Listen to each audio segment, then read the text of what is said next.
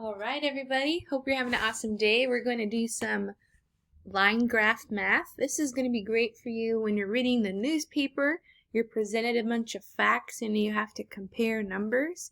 It's an important strand in geometry and it's going to really help you when you go to the middle school. So let's go ahead and dive in. Of course, you'd write your name and the date. And let's start with the first one. So we're actually going to map these numbers out to show the dog cupcakes sold. The Sugar Sweet Baker just started selling dog cupcakes, so I want to track the total number of dog cupcakes sold for the week. At the end of each day, she record the number of dog cupcakes sold so far, so we're going to graph it. I'm going to grab one of these dots and drag it. So on the first day, the baker sold 8, so I'm going to plot it here. On the next day, day 2, the baker sold 14. Notice how I put it in between the 12 and the 16. On the third day, they also sold 14. On the fourth day, they sold 18. So we go to day 4 on the side here, and then we're going to go up to 18. So this is 16. I'm going to go up just in between 16 and 20. Okay, next, day 5. They sold 26. So here's 24, and right in the middle is 26. It's okay if it's not perfect. Okay, and number 6, we're going to go to 36. And number 7 is 38. And that's going to be right in between the 36 and the 40. Yeah. Hopefully yours is prettier than mine. It doesn't have to be perfect. Okay. Next. Let's use this information to compare the numbers. Okay, so I might have to look back. The most dog cupcakes were sold on day 7. Is that true or false? Well, that's the biggest number, and that means it's the most. So it's actually going to be... Alright, so day 7 has the most cupcakes, so I'm going to drag the circle over to the true. Okay, 6 dog cupcakes were sold on day 2. Let's look. Day 2 had 14. That is false. I'm going to drag this over. Okay, no cupcakes were sold on day 3. So let's see. Day 3? No. We sold 14 on day 3. That's false. 18 cupcakes were sold on day 4.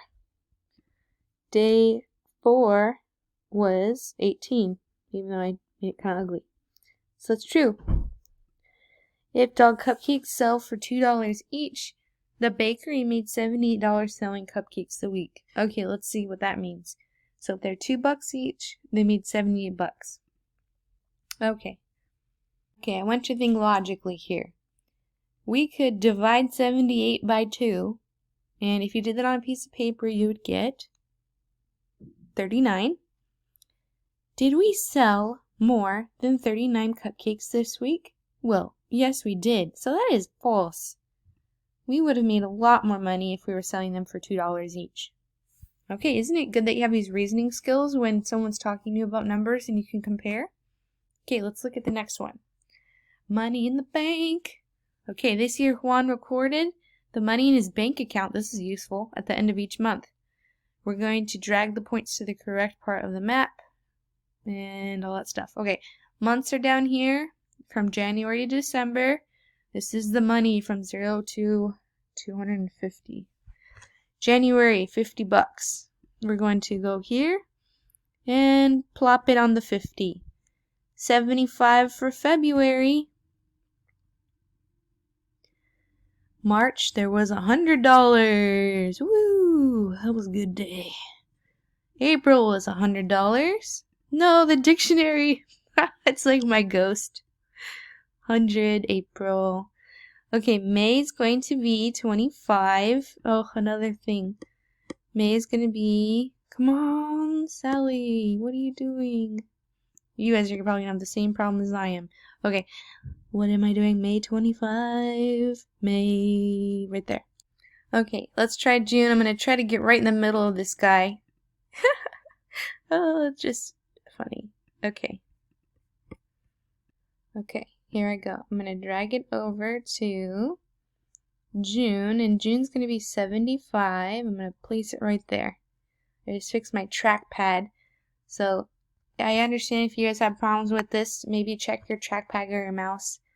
We're just trying to practice our graphing skills. Okay, the next one is going to be 100. What a great month. So July, I'm going to drop at the 100.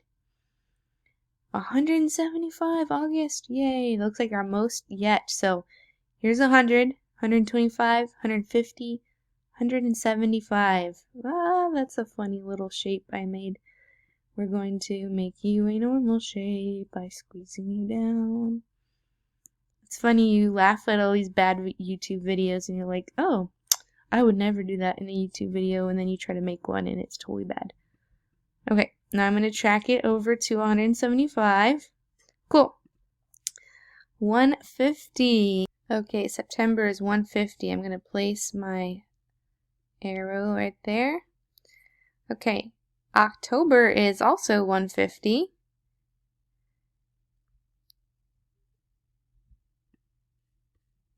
I notice that when I see those little 4 arrows, it's the best there. Okay, next we got 200 for November.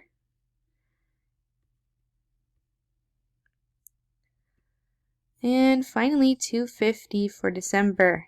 Well, as you can see, as I struggled using my trackpad and I have my carpal tunnel band on, but it's kind of funny looking. Okay, I'm going to be kind to myself because I'm learning and so are you. It's okay that the circles are bigger than the others. It's just the general idea here of where things are. I can tell just looking at the graph here that 250 for December was my best month. And I'm looking at it, and my worst month was May. I only had $25 put in that time. Okay. Juan's bank account increased by how much in March? Okay, looking at the map, well, it increased by $25 in March, so I'm going to drag that 25 there. At the end of the year, Juan had how much money in his account? Let's see.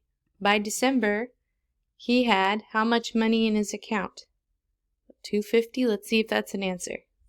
Yep. Juan's bank account decreased by blank in May. Let's see. So, when it was $100 and it went down to 25, it has decreased by, I can skip count by 25. 25 plus 25 plus 25, it actually is $75 less in this month. Juan's bank account increased by how much in November? So, we are in October. It was $150.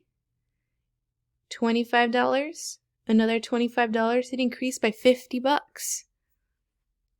That's awesome. This is, okay, so even though this is kind of annoying, this is actually really useful information. I want to know about my money. You should too. From the end of June to the end of November, Juan's bank increased by how much? So I'm going to look at June to November. Compare those two numbers. So here's June. It's $75. And then November is $200. I'm going to skip count up to $200 and see how much that is. So 25, 50, 75, 100, 125. Let's see if that's a reasonable answer. It is. Great. Practicing mapping those data skills. 6 weeks, Bella sold raffle tickets for a fundraiser. At the end of each week, she recorded the total number she said so far. Sold. Okay, so here we go. The bottom, our x-axis, is the week. The y-axis is the raffle tickets sold. So we're going to plot it. And you know how hard it is to plot this. Let's try to get those arrows in place before we launch. So, week 1 is 15. So I got my arrows. I'm going to click and drag. Let's see.